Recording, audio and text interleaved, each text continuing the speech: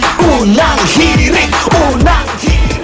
Alright, nagbabalik pa rin po tayo dito sa Philippine Science Centrum. At kung papasyal nga kayo dito mga kapuso, bukod sa mga exhibit na pinakita namin kanina, hindi nyo dapat kaligtaan ng kanilang mga all-time favorite exhibit, tulad na lamang nitong Van de Graaff generator. Kung saan, kapag sumakay kayo, as you can see, magtataasan talaga literal ang inyong mga buhok. So, mas mahaba ang inyong buhok, mas okay po yan. Ito ay dahil yung ball na kanilang hinahawakan ay nag-emit daw ng positive charges na nire-repel naman ng positive charges sa ating katawan, lalo na sa buhok. Hence, tumataas ang ating mga hair. So, ayan, bonggang-bongga, pataasan kayo ng buhok dyan, okay? Alright, so bukod dito, meron pa silang isa pang all-time favorite dito. Napupuntahan ko ngayon. Let's go.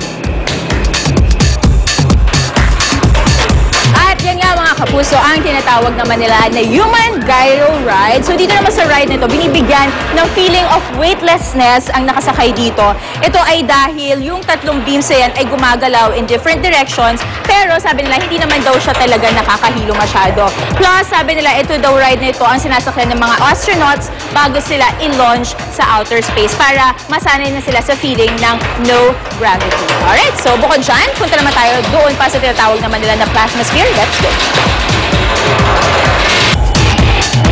At yan nga mga kapuso, ang tinatawag nila na plasmasphere kung saan ina-explain at pinapakita ang plasma, which is actually the fourth state of matter. So ito nakikita natin mga electric streak, yan po actually yung plasma na kapag hinawakan ko, matransmit sa aking katawan. So magsuserve ako as a conductor, kaya pag hinawakan ko itong fluorescent lamp, nakita nyo naman umilaw siya, hindi ba? Ito ay dahil yung plasma spheres or electric streaks na nakita natin ay pumunta sa aking katawan, papunta dito sa fluorescent lamp. Ano ba talaga? Amazing ang mga exhibits dito sa Philippine Science Centrum. So kung gusto nyo ito makita first hand, punta po kayo dito dahil open ito from 8 a.m. to 5 p.m. from Mondays to Saturdays. At ngayong April and May, 50 pesos lamang po ang entrance fee. Alright, enjoy tayo. Babalik po na hirit.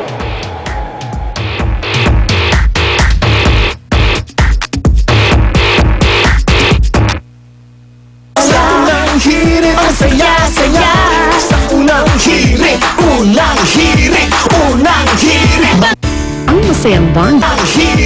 May announcement po tayo mga kapuso. Inaanyayahan po ang lahat sa kauna-unahang Trumpet Festival sa Shrine and Parish of San Vicente Ferrer sa Mamatid, Cabuyao, Laguna. Magsisimula po yan ngayong araw, March 24 at tatagal hanggang March 26.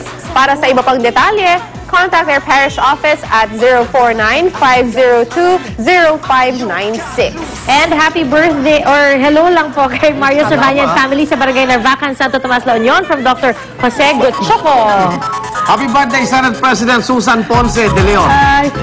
Rosita Sardenya, Alex, Luis, and Cindy Ann ng Cabuyao, Laguna. Good morning.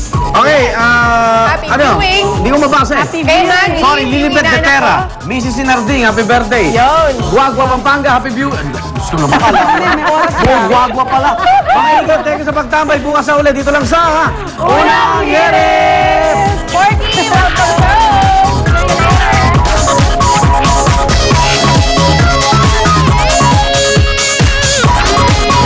Ang programang ito ay inhatid sa inyo ng Mercury Drug. Gising 24 oras sa mga Pilipino.